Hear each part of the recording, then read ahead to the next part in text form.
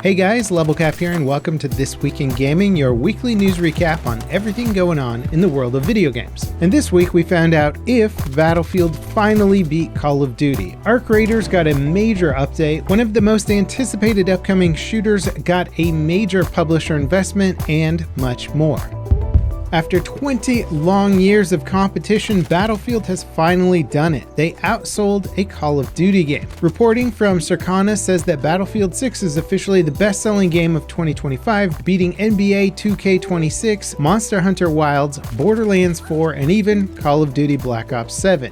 And while we don't have a real-time report of where Battlefield 6 is at this exact moment with sales, we know that it's sold at least 20 million copies since launch, beating the franchise's previous record holder Battlefield 1. Whether or not Black Ops 7 will eventually catch up and outsell Battlefield 6 over time is anyone's guess, but it's clear that EA and DICE have nailed the landing this time around. Now they just have to stay the course with live service updates for the game. The latest content update for the game, the Winter Offensive, launched last week to somewhat mixed reviews, mainly due to introducing some new bugs. But overall, it's been a great year for the franchise, and next year sounds promising with leaks suggesting the return of naval combat, among other things.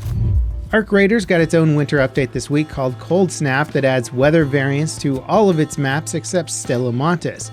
It also made some big changes to the game's skill tree system, adding a reset mechanic that lets players fully respec. One unintended benefit of the update was that it accidentally increased the drop rate of blueprints several times above what they were aiming for. A hotfix has already been released to address this. It reduces the drop rate to a more sensical value, though they should still be more common than they were before the Cold Snap update. As a holiday gift to players, Embark has given out 1,000 tokens to all players. This is the game's real money currency used to buy cosmetics and Battle Pass content, and it's honestly a pretty cool gift. Now, within the Arc Raiders community, there's been a lot of popular talk around the aggression-based matchmaking system that Arc Raiders allegedly has. According to an interview with one of the devs, they indicated that Arc takes into account players' aggression when factoring into matchmaking. Since then, there has been tons of tests, although a bit more anecdotal in nature, that do seem to indicate that your passiveness as a player and your aggression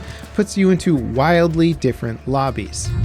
If you've been wondering whatever happened to that game Unrecord, the so far unreleased game that kicked off the realistic body cam footage craze for the FPS gaming scene, well, it turns out that the developers just got a major investment from Tencent to finish development. The reveal trailer for Unrecord went instantly viral, but it launched back in 2023 and the developers basically went radio silent. But this week, the developers announced the funding and promised to reveal more details about the game's progress next year.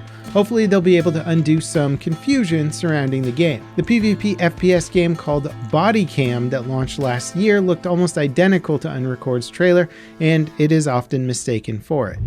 In a surprising turn of support, Larian Studios, makers of Baldur's Gate 3 and the upcoming Divinity game, are under fire for their use of AI. The studio came under fire this week because its CEO said in an interview with Bloomberg that they allow employees to utilize generative AI to create concept art, write placeholder text, and flesh out PowerPoint presentations. He clarified that no AI-generated content will be shipped as part of the game and said that everything is human actors.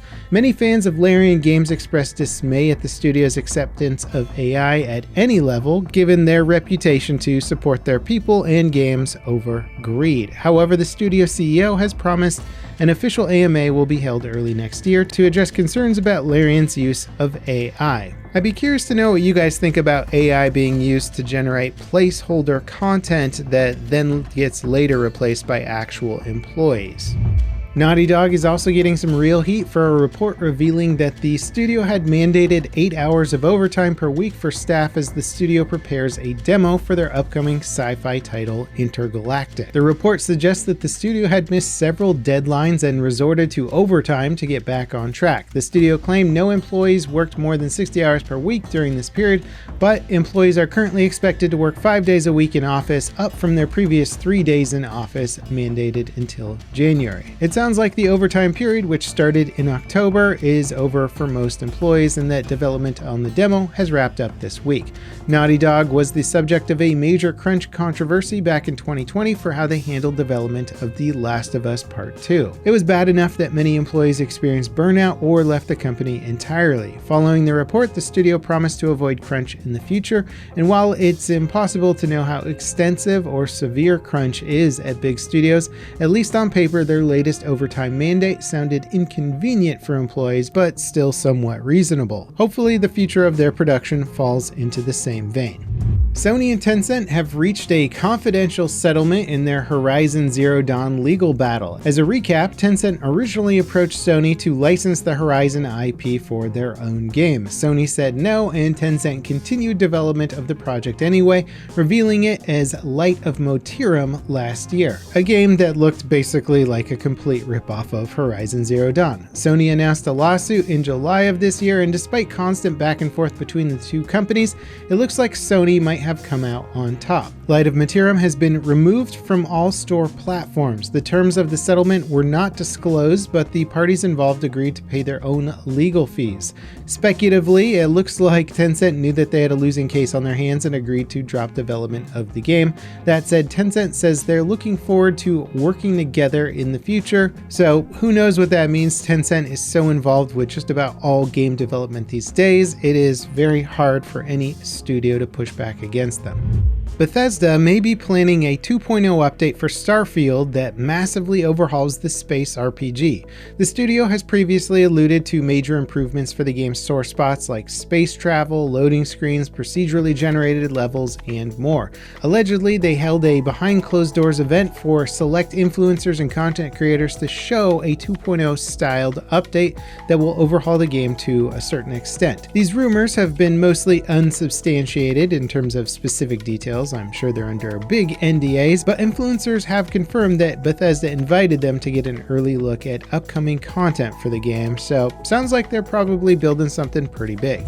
Nvidia could be slashing consumer GPU production by up to 40% early next year. These cuts will include production of the RTX 5070 Ti and 5060 Ti. The goal is to increase production for AI servers and commercial companies. The computing hardware industry is currently going through some major changes thanks to the looming AI bubble. Companies like Google, Meta, and OpenAI are all racing to build massive data centers for their AI services, and Nvidia GPUs are often at the heart of the hardware that they're sourcing for them. Combining that with tariffs, the demand has caused skyrocketing prices for RAM, SSDs, and other vital PC components for consumers. The big concern is that the AI bubble will pop, leaving companies like Nvidia months or even years behind on production of current and future generation consumer hardware, with a massive stockpile of commercial grade products no one is buying. That, however, is all future speculation. In the short term, it basically means you're kind of screwed if you want to build a PC for a reasonable price.